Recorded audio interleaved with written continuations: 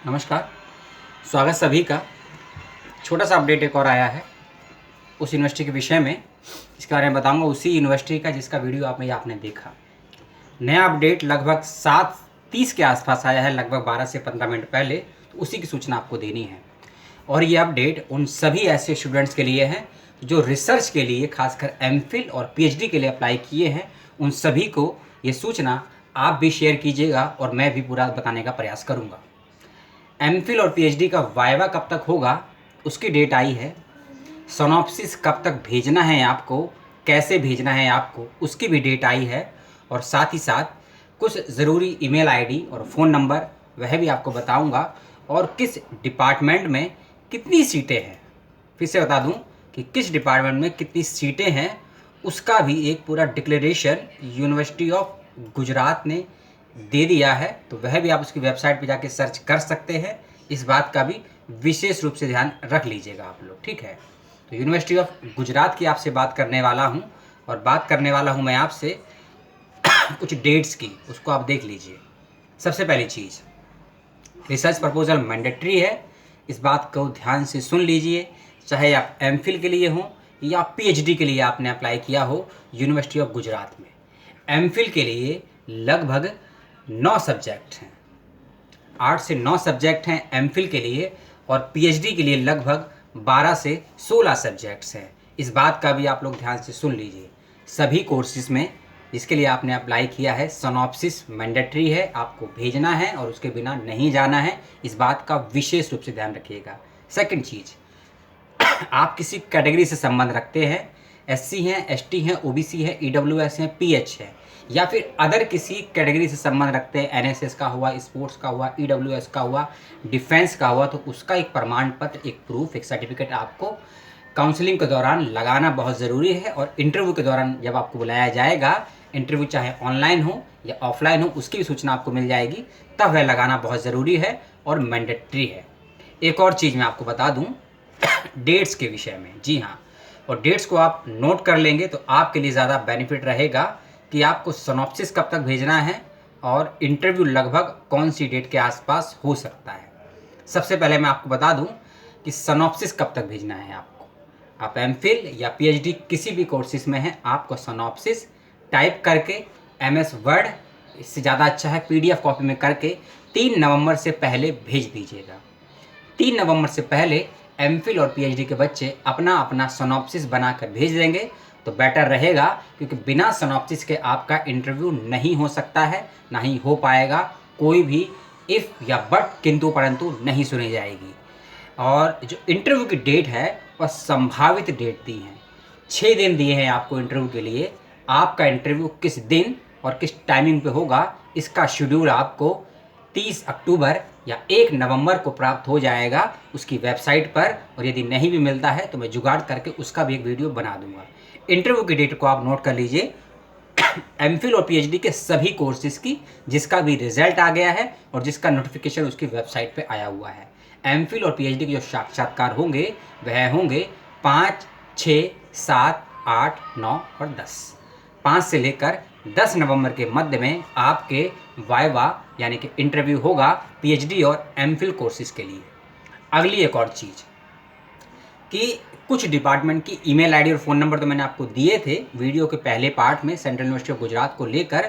और central university of Gujarat की counselling का क्या प्रोसीजर है, क्या डिक्लेरेशन है, क्या नॉर्म्स एंड कंडीशन है, उसको लेकर भी मैंने एक अलग से वीडियो बनाया है, जिसका लिंक इस वीडियो के डिस्क्रिप्शन में है। और मेरे चैनल पर इस वीडियो को अपलोड करने से लगभग 20 मिनट पहले मैंने उसको भी अपलोड किया है। तो इंटरव्यू से पहले काउंसलिंग का फॉर्म भरना है, उसका भी शेड्यूल आ गया है, ओपन हो चुका है। अलग से मैंने हर चीज़ के वीडियो बनाए हैं, तो आप ज़रूर देखिएगा। और एमफिल पीएचडी के बच्चे अब तैयारी करिए अपने सिनॉप्सिस के लिए। सिनॉप्सिस भेज दीजिएगा 2 नवंबर से पहले, जैसा कि मैंने आपको बताया। 3 नवंबर से पहले भेज दीजिएगा।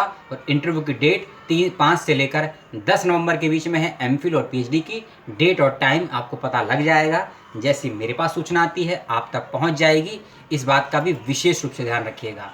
अब रही बात सीट्स की, आप यूनिवर्सिटी ऑफ गुजरात की वेबसाइट पर जाएंगे तो किस विभाग में कितनी सीटें हैं और साथ ही साथ कितने बच्चों का चयन हुआ है किसी कोर्सेज में, तो उसकी भी पूरी सूची आपको उसकी वेबसाइट पर मिल जाएगी। जैसे कि आपने पीएचडी इन डायस्पोरा के लिए अप्लाई किया है, तो कितने बच्चों के मार्क्स 45% ज़्यादा आए हैं या कम आए हैं, इसकी भी लिस्ट दी हुई है। और मैं एक चीज़ और बता दूं, एक सवाल उठ रहा था कि मेरिट क्या हो सकती है, तो यूनिवर्सिटी ऑफ गुजरात ने इसकी भी घोषणा कर दी है कि उसकी मेरिट का क्राइटेरिया क्या है इंटरव्यू के लिए। यदि आप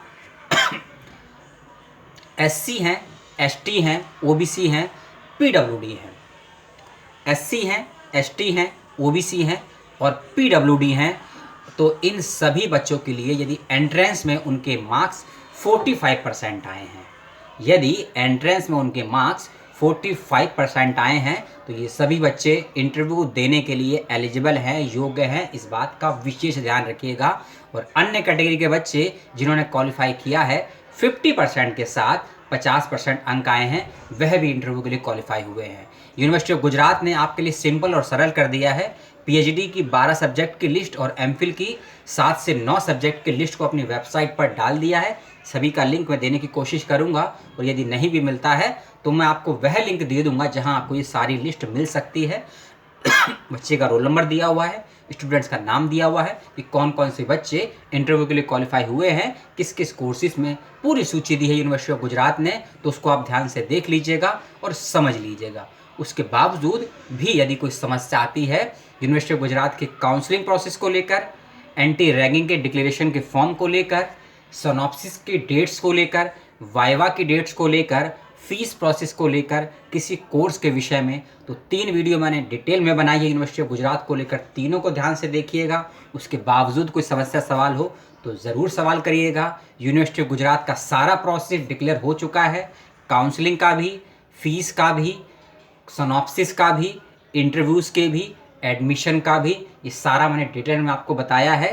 तीनों वीडियो को ध्यान से देखिए। फिर से कह रहा हूँ, काउंसलिंग के लिए आवेदन कीजिए और फीस जमा कीजिए, डिक्लेरेशन फॉर्म के प्रिंट आउट निकालिए, उसको भरिए, स्कैन करके मेल करिए जो भी मांगा गया है, और ध्यान से धैर्य से अपनी चीज़ों को फिल करिएगा।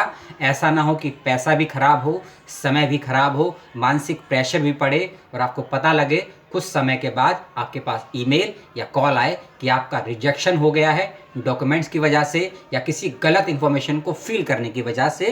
तो इन चीज़ों का ध्यान रखिएगा, और कोई समस्या सवाल हो तो ज़रूर से ज़रूर मुझसे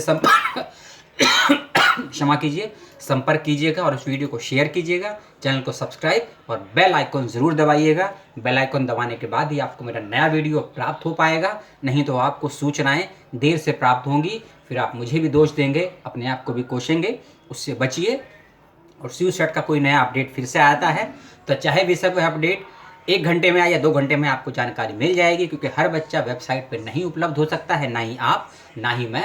इसलिए जिसके पास जो भी सूचनाएं एक दूसरे से शेयर करें, या फ़ोन के माध्यम से, व्हाट्सएप के माध्यम से, वीडियोस के माध्यम से, फेसबुक के माध्यम से, क्योंकि सभी योग्य बच्चों का एडमिशन समय पर और सही यूनिवर्सिटी में होना, यही मेरा उद्देश्य है और यही आप सभी स्टूडेंट्स का भी उद्देश्य होना चाहिए।